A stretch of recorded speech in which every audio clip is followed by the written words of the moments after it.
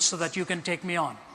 I said, look, that's not really what I'm here about. He said, I'll bring my whole class of philosophy with me and they'll tear you apart after you're finished if you deal with this question. I said, look, I'll make a deal with you. I will speak on why I am a Christian, and implicit in that will be why I'm not anything else, and let your class have a go at me then. So he finally compromised, and they walked in very conspicuously and found their seats, and I spoke on it. And one of the things I said is that the pantheistic worldviews, one or two of them in particular, can have systemically contradictory affirmations, which says to me that the system implodes under the weight of contradiction. And I gave some examples. After it was over, he walked up to me and he said, you know, you've done the greatest disservice to this worldview I've ever heard any man ever do. And he said, and I'm very, very upset with you. Obviously, you don't understand Eastern logic. I said, you know, sir, I can use a lot of Eastern logic that'll make you quite puzzled right now, but let's not do that.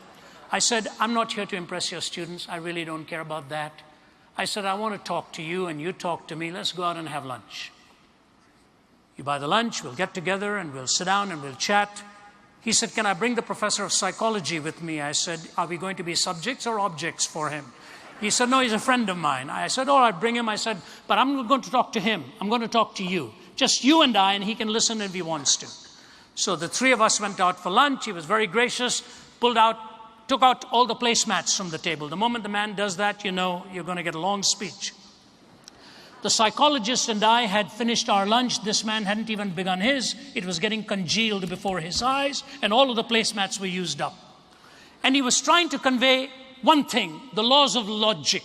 And he said this. He said, you know, the law of non-contradiction, where two mutually exclusive affirmations cannot be true at the same time, in the same sense, and so on. He went on to describe it. He said, that's a Western way of thinking. I said, no, it's not. He said, yes, it is. I said, no, it's not. He said, yes, it is. I said, I'm telling you it's not. He said, I'm telling you it is. I said, okay, continue. He said, then you've got the dialectical system of logic, not the either or, but the both and.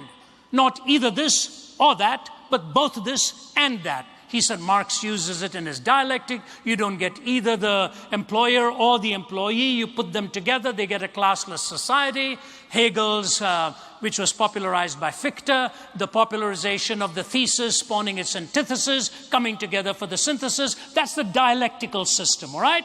And he said, the Easterners use the dialectical system. That's an Eastern way of thinking. I said, no, it's not. He said, yes, it is. I said, no, it isn't. He said, yes, it is. He said, I'm telling you it is. I said, okay, get to your point. He said, the Western way, either this or that. The Eastern way, both this and that. When you were studying these Eastern worldviews, your problem is you were studying it as a Westerner, finding the either-or contradiction, and therefore finding them flawed. You should have used the both-and logic, and the contradictions wouldn't have bothered you. So I looked at him. I said, are you finished? He said, yes. He picked up his knife and fork. I said, I have one question. Are you telling me that when I'm studying the pantheistic system, I either use the both-and logic or nothing else? Is that right? I either use the both-and, the dialectical, or nothing else. Is that right? He put his knife and fork down. I said, sir, I have some news for you. Even in India, we look both ways before we cross the street. It's either the bus or me, not both of us. The psychologist said, I think it's time to go now. We're done here. But you know what he said? What he said amazed me. When I finished that little response, you know what he said to me? The either or does seem to emerge, doesn't it? Of course it emerges. The moment you open your mouth to contradict the law of non-contradiction, you're actually affirming it. Now, what did he mean by Eastern and Western? What he meant is half right in the Western popularization of pantheism, yes, they lived that way, but it was not so with their founders. Shankara was a firm believer in the law of non-contradiction. So was Gautama Buddha. So was Muhammad. All of them firmly submitted to the law of non-contradiction, that two opposite affirmations, mutually exclusive, cannot both be true in an absolute sense, unqualified. What happens when pluralization has had its full day? What happens is you live with irrationality. The death of shame can come with secularization.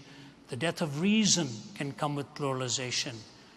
G.K. Chesterton put this powerfully in his book, Orthodoxy. The new rebel who wants to rebel against everything and a moral law is a skeptic and will not trust anything. He has no loyalty, therefore he can never be a true revolutionist. And the fact that he doubts everything gets in his way when he wants to denounce anything. For all denunciation implies a moral doctrine of some kind. And the modern revolutionist doubts not only the institution he denounces, but the doctrine by which he denounces it. So he writes one book complaining that imperial oppression insults the purity of women. Then he writes another book, a novel, in which he insults it himself. He curses the Sultan because Christian girls lose their virginity. Then curses Mrs. Grundy because they keep it. As a politician, he cries out that war is a waste of life. Then as a philosopher, that life itself is a waste of time. A Russian pessimist will denounce a policeman for killing a peasant, then prove by the highest philosophical principles that the peasant ought to have killed himself. A man denounces marriage as a lie, then denounces aristocratic profligates for treating it as a lie. The man of this school goes first to a political meeting where he complains that savages are treated as if they were beasts. Then he takes his hat and umbrella and goes on to a scientific meeting where he proves that they practically are beasts. In short, the modern revolutionist, being an infinite skeptic, is always engaged in undermining his own minds. In his book on politics, he attacks men for trampling on morality. In his book on ethics, he attacks morality for trampling on men. Therefore, the modern person in revolt has become practically useless for all purposes of revolt. By rebelling against everything, he's lost his right to rebel against anything. Pretty powerful stuff. Pluralization is a good thing culturally, but if it is extrapolated into meaning, relativism, then I think you've got a problem trying to delve into the deepest issues that could potentially divide us and bring a lot of hurt deep within. Secularization risks the loss of shame. Pluralization risks the loss of reason. And finally, privatization, where what happens at the end of the day then is that a person with a transcendent perspective is told to amputate his or her faith. Take your faith into the private world, and what you want to believe privately, you can believe. Don't bring it out into the public arena. If you wish to coexist with those of other views, take your belief on the deepest questions of life, purpose, and destiny, and keep it in the private world. How does one live that way? How does one live that way? You know, my own personal spiritual journey is a deep struggle of the soul, very deep. If you had met me in my teenage years, you would have considered me the last person to ever be up here talking about these things, or the last person up here to even believe these things. But it was on a bed of suicide when I was 17 years old, when I had no meaning, because my life was fragmented, completely fragmented. You learn the hard way that both pleasure and pain can ultimately leave you empty if you don't have a transcending reason to be able to face either of those. And it was on that bed of suicide for the first time I ever even had a Bible on my lap. And I say on my lap because I couldn't hold it. I was dehydrated with the poison in my system. And the reality of that experience, with opening the word that was left there, I couldn't open it. My mother was told to open it. And with her struggle with English and the King James language, really didn't make for fun reading. But I understood the heart of what was going on there. The heart of what was going on there. Fast forward. 2 years ago, the British Broadcasting Corporation ran a year-round survey on what's the greatest problem facing humanity. Every year it was either poverty or environment, one or two switching positions. Poverty, environment, environment, poverty, year on end. 2010, for the first time, they got a different answer. They released it in December 2010. You know what the greatest problem the world sees it's facing right now? Corruption. Corruption. The world says it no longer trusts its leaders. It no longer trusts those in authority because they see what is destroying the human condition is the condition of the human heart. Poverty and environment relegated to 2 and 3, that what struggles you and I face in our moral choices, the exploitation of the poor, the exploitation of people in so many different arenas of life, and all of the power brokering that goes on, as Malcolm Muggeridge used to say, the lie stuck like a fishbone in the throat of the microphone, he said. He said, wherever 2 or 3 are gathered together for authority, he said, it's truth that has died, not God. And it was in my teenage years, for the first time, I got a glimpse of my own culture, systemically corrupt. My own heart, systemically corrupt. And then the one thing I find through the process and the admission of my own heart and the listening to the voice of Christ in the Word saying, because I live, you also shall live, where I'm allowed to be freely speaking on it in the land of my birth, now in a land whose very framework was made possible by a transcendent notion, very foreign to the land of my birth. Now where I'm told, keep your faith private. Quite shocking, quite shocking. You know, growing up in India, which is 80% Hindu, at university or in high school, 99% of the speakers were Hindu. I don't ever remember going to talk to a principal or a professor and saying, why are you doing this? It was the flow of the culture. You learned that transcendent notion of the worldview, you accepted. 10% of India is Muslim. India was only 2.8% Christian at that time. Now they say anywhere between 4 to 10%. Cultures have priorities of transcendent commitments that frame them. And you learn to accept it. It is a dangerous move in America today to tell those of faith and transcendent commitments, keep it in your private room. Don't bring it out into public. That amputation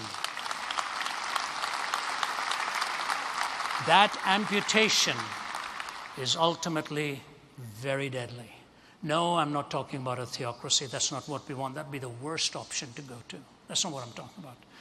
But I'm saying in the arena and the public discourse of ideas, every notion that claims legitimacy to the truth ought to be given a voice at the table to discuss and defend. But this amputation that takes place at the end of the day will lead to a breakdown of meaning. I want to close with a couple of very important ideas here. You know, the search for meaning is the most critical search that any human being has. Boris Becker, after winning his 3rd Wimbledon, said the greatest challenge he was facing was that of suicide.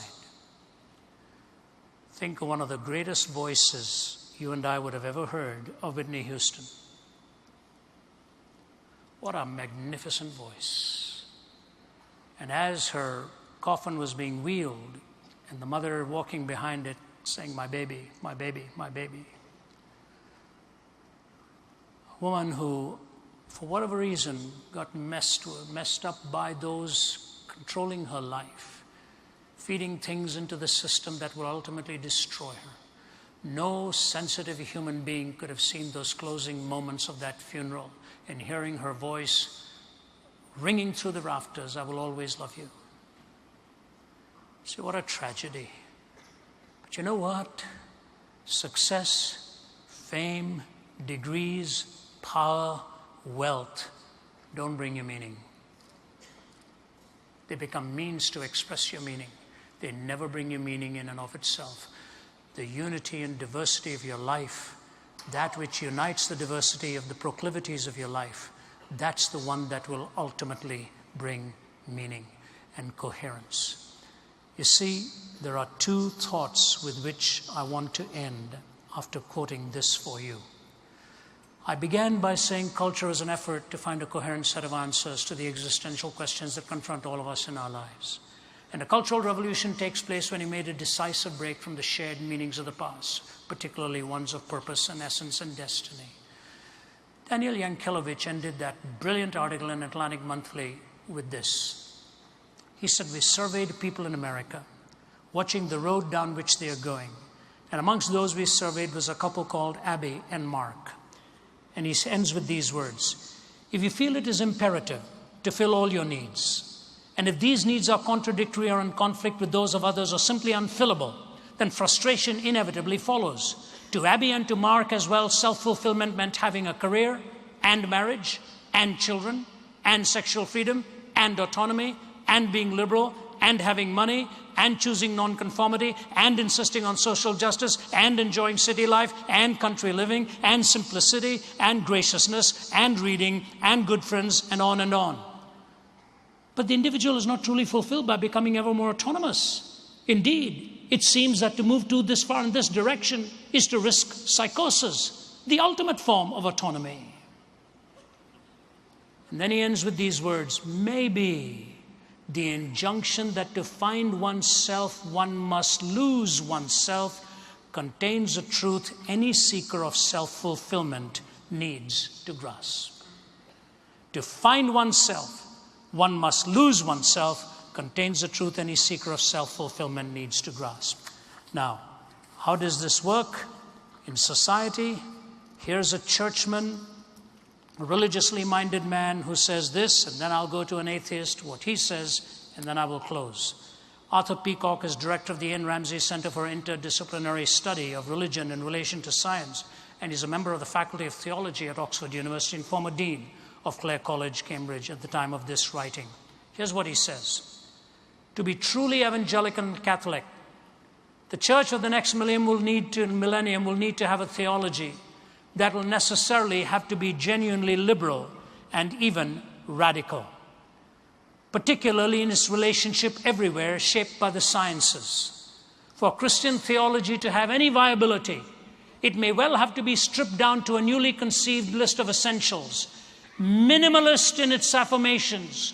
Only then will it attain that degree of verisimilitude with respect to ultimate realities which science has to natural ones, and only then will it command respect as a vehicle of public truth. Here's a professor of theology at Oxford at that time saying, look, if this is what religionists want, then the only way we can let them into the arena is they strip themselves of all essential affirmations and go to a minimalist belief in what they claim.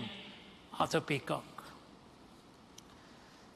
Matthew Paris is an atheist with a lifestyle to back it.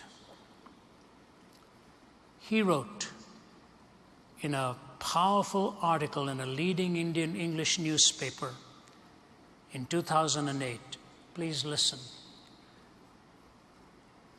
He says, before Christmas, I returned to Malawi, the country of my birth, after 45 years.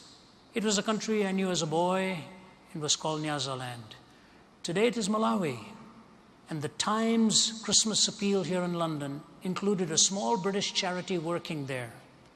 Pump Aid helps rural communities to install a single pump, letting people keep their village wells sealed and clean. I decided to go and see this work. It inspired me, renewed my flagging faith in development charities. But traveling in Malawi refreshed another belief too, one I've been trying to banish all my life. It blatantly confounds my ideological beliefs and stubbornly refuses to fit my worldview, and has embarrassed my growing belief that there is no God. Now, as a confirmed atheist, I've become convinced of the enormous contribution that Christian evangelism makes in Africa, sharply distinct from the secular NGOs. Education and training alone there will not do. In Africa, Christianity changes people's hearts. It brings a transformation. The rebirth is real. The change is good. There's long been a fashion among our Western academic sociologists for placing tribal value systems within a ring fence beyond critiques founded in, quote, theirs, and therefore best for them, authentically and intrinsically worthy as ours. I simply don't follow this anymore. I observe that the tribal belief is no more peaceable than ours, and it suppresses individuality. People think collectively. This feeds into the big man and gangster politics of the African city today. The exaggerated respect for the swaggering leader and the literal inability to understand the whole idea of a loyal opposition. Anxiety, fear of spirits of nature and the wild strikes deep into the whole structure of rural African thought. A great weight grinds down their spirit. But Christianity, with its teaching of a direct personal two-way link between the individual and God, unmediated by the collective and unsubordinate to any other human being, smashes straight through the philosophical spiritual framework I've just described. Those who want Africa to walk tall amid 21st century global competition must not kid themselves that providing the material means or even the know-how that accompanies what we call development will end up making the change. No, a whole belief system first must be supplanted. And I'm afraid it has to be supplanted by another. Removing Christian evangelism from the African equation may leave the continent at the mercy of a malign fusion of Nike, the witch doctor, the mobile phone, and the machete.